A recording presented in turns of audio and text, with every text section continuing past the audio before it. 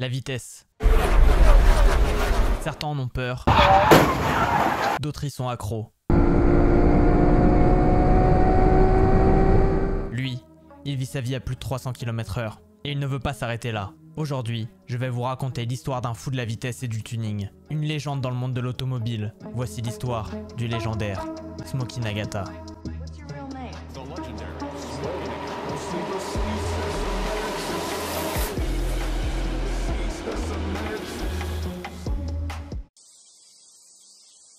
Nous sommes en 1964, dans une famille de fermiers, à Hokkaido, une île paisible et sauvage du Japon. Cette année-là, naît un petit garçon, Kazuhiko Nagata. Très vite, il dut travailler dans les champs avec ses parents, mais il ne montrait que très peu d'intérêt pour l'agriculture. Il préfère passer son temps à conduire le camion de la ferme plutôt qu'à travailler dans les champs. Pour le jeune Kazuhiko, cet environnement manquait d'un élément crucial pour alimenter sa passion naissante, la course automobile. Une chance pour lui, car son père est lui aussi passionné d'automobile. Alors très vite, il aide son papa à réparer les camions de la ferme. À mesure qu'il grandit, Kazuhiko développe un goût de plus en plus prononcé pour la vitesse. Il a pour rêve de devenir pilote. Il s'achète une moto pour la modifier et rouler dans les champs. Il investit aussi dans un kart qu'il utilise pour s'amuser. Il cherche toujours à rouler plus vite, ce qui le pousse à ses 15 ans à s'acheter sa propre voiture.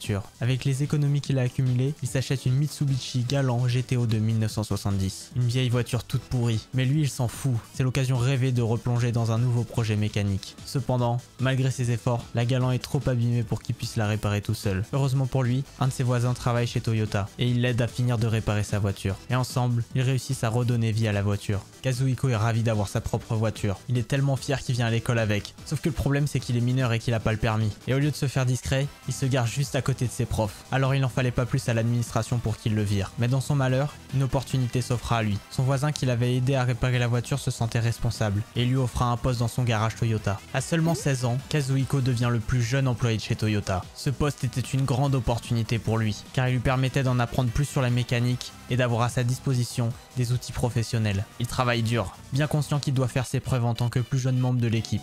Et ça paye, il devient très vite un des meilleurs mécaniciens du garage. Cependant, son obsession pour la vitesse et le tuning ne tarde pas à refaire surface. Kazuhiko achète une vieille Toyota Celica et commence à la modifier après ses heures de travail. Peu à peu, ce hobby prend de plus en plus de place, et Kazuhiko commence même à travailler sur sa voiture en pleine journée. Il passe plus de temps à modifier sa voiture qu'à réparer celle des clients. Et après sa journée de travail, il va tester sa voiture sur les routes de montagne. Ses supérieurs chez Toyota commencent à remarquer que Kazuhiko passe plus de temps sur ses projets qu'à son travail. Après 4 ans chez Toyota, Kazuhiko se fait virer, et il se retrouve dans la même situation qu'à ses 16 ans. Pourtant, ce licenciement le décourage pas. Au contraire, il voit cette situation comme une opportunité. Maintenant que c'est devenu un pro de la mécanique, il décide d'emménager à Tokyo, la capitale japonaise de la culture automobile.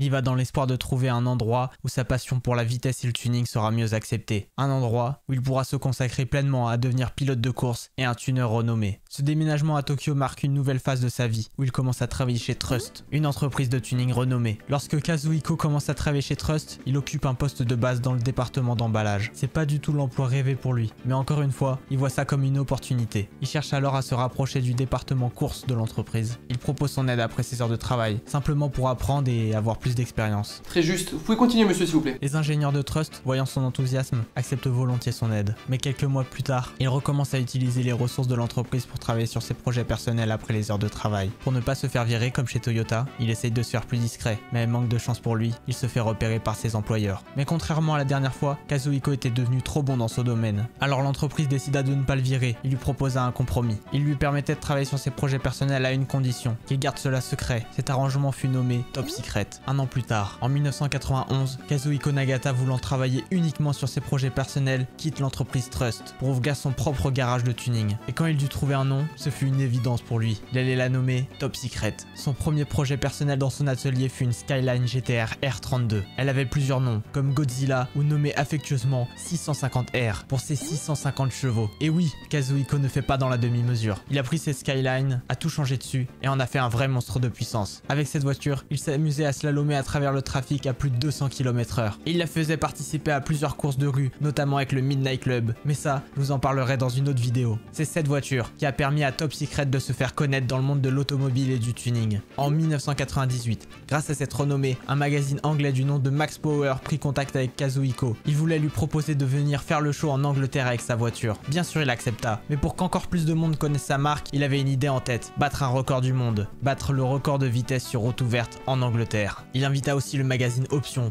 pour exposer l'événement au Japon. Pour ça, il lui fallait une voiture qui aille vite, très vite, et il opta pour une Toyota Supra MK4 dotée d'un moteur RB26 de Skyline GTR, et il la modifia pour obtenir plus de 1000 chevaux. Et oui, cela paraît surprenant, car pour les passionnés d'automobile, le 2JZ de la Supra est une référence. Un 2JZ, ah c'est quelque chose. Qu'est-ce que je t'avais dit? Des configs à 1000 voire 2000 chevaux. Alors pourquoi mettre un moteur de Nissan dedans? Principalement pour les capacités de haut régime du moteur, et son expérience et sa maîtrise de ce moteur particulièrement. Le 2JZ a des caractéristiques plutôt orientées puissance maximale, alors que le RB26 a des caractéristiques plutôt orientées vitesse maximale. La voiture, c'est fait, il ne reste plus qu'à faire ce record. Kazuhiko a un but en tête, les 200 miles/h, ce qui fait environ 322 km/h. Je répète, 322 km/h sur route ouverte, avec des gens sur la route. C'est complètement malade, et c'est pour ça qu'il va le faire. Le 4 novembre 1998, à 4 h du matin, Kazuhiko se rend sur l'autoroute A1M avec sa Toyota Supra dorée. イギリスロンドンの M ロード、これから0300キロ行きます。 Il commence par un énorme burn au milieu de l'autoroute pour chauffer les pneus et pour préparer sa tentative de record. Tentative numéro 1. Kazuhiko s'élance, mais le moteur tourne pauvre. Il ne reçoit pas assez de carburant, ce qui lui oblige à lever le pied pour régler ça. Tentative numéro 2. Il reprend le départ, mais arrivé à 305 km/h, le capot vibre dangereusement et il est obligé de s'arrêter une nouvelle fois. Tentative numéro 3. Il fait sombre, presque plus personne n'est sur les routes et Kazuhiko recommence à faire crisser les pneus. Il démarre à toute vitesse et les km/h défilent. 100, 200, 300. Il est pied au plancher à bord de sa Supra dorée et un nouveau record non officiel vient de tomber. Kazuhiko Nagata vient de franchir les 312 km/h sur route ouverte en Angleterre. 194 miles/h. C'est 6 miles/h de moins que son objectif, mais la mission est accomplie. Le seul problème, c'est qu'il a attiré l'attention sur lui avec ses essais précédents. Kazuhiko regarde dans son rétro et voit les gyrophares. Bien sûr, il aurait pu remettre pied au plancher et les semer, mais c'est pas un criminel. Il décide de se mettre sur le bas-côté et de s'arrêter. D'ailleurs, cette scène fut filmée. Elle est assez drôle car Kazuhiko ne parle pas un mot d'anglais. The videotape. Video? I speak English. Right. I speak English. Il fut amené au poste et resta enfermé 30 ans. Mais non, je rigole. Il fut seulement condamné à une amende de 155 livres et 35 livres de frais de justice. Une suspension de permis de conduire international pour 1 an, une petite tape sur l'épaule et accessoirement une interdiction de rentrer au Royaume-Uni pendant 10 ans. Il s'en sort pas trop mal pour un mec qui vient de rouler à plus de 300 km/h sur l'autoroute. Cette nouvelle fit le tour du monde. Et peu après, la cassette sortit. On y voit un japonais faire des burns partout où il peut en Angleterre.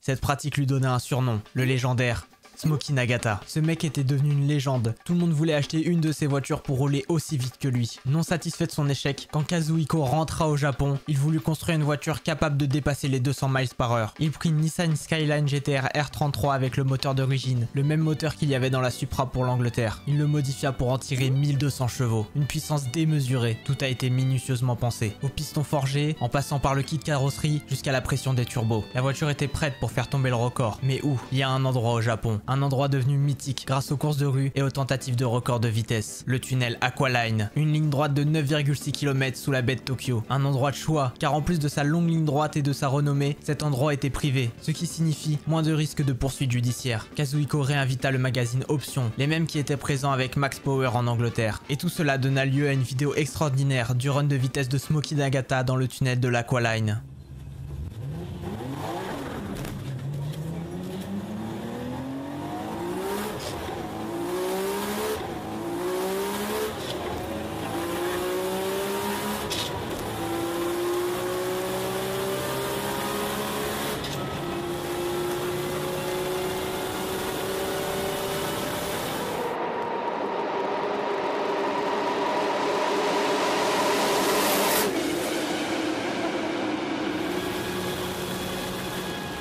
Pour vous donner un ordre d'idée, les gens qui filmaient à l'intérieur de la voiture roulaient à plus de 90 km/h. Et ce soir-là, c'est pas loin de 328 km/h que Kazuhiko dépassa, soit 203 miles par heure. Défi accompli. 328 km/h c'est bien, mais Kazuhiko a une autre idée en tête, dépasser les 400 km/h. Mais cette fois-ci, dans la légalité. Il construit alors une des voitures les plus folles et les plus ambitieuses de sa carrière. Il décida de mettre un V12 de Toyota Century dans sa Supra MK4. Un moteur pas du tout conçu pour la performance. C'est un moteur de limousine. Mais Kazuhiko lui rajouta 2 turbos et un nitro pour le pousser à plus de 930 chevaux. Il emmena ce monstre de puissance sur le circuit de Nardo, en Italie. Un anneau de vitesse de 12,5 km pour tenter d'atteindre les 400 km/h. Mais malheureusement, ces modifications ne lui permettent d'atteindre que 358 km/h. Dans toute sa carrière, Smokey a fait énormément de choses, comme tenter un record de vitesse en Nouvelle-Zélande et même revenir à Nardo avec une Nissan GT-R R35 pour prendre plus de 377 km/h. Et il s'est même mis à sponsoriser des compétitions de drift avec Top Secret. Smokey Nagata n'aura jamais été pilote de course, mais il a pu vivre sa passion autrement, en inspirant des milliers de personnes à travers le monde grâce à ses projets et ses exploits. Aujourd'hui, Kazuhiko continue de créer des voitures toujours aussi extraordinaires. Il est présent sur quelques salons automobiles, comme le salon de Tokyo, où on a pu l'apercevoir en 2024. Il est aussi présent sur Instagram, où il est très actif. Pour ceux qui souhaitent aller voir son Insta, le lien est dans la description. Je vous remercie de m'avoir écouté et je vous dis à la prochaine.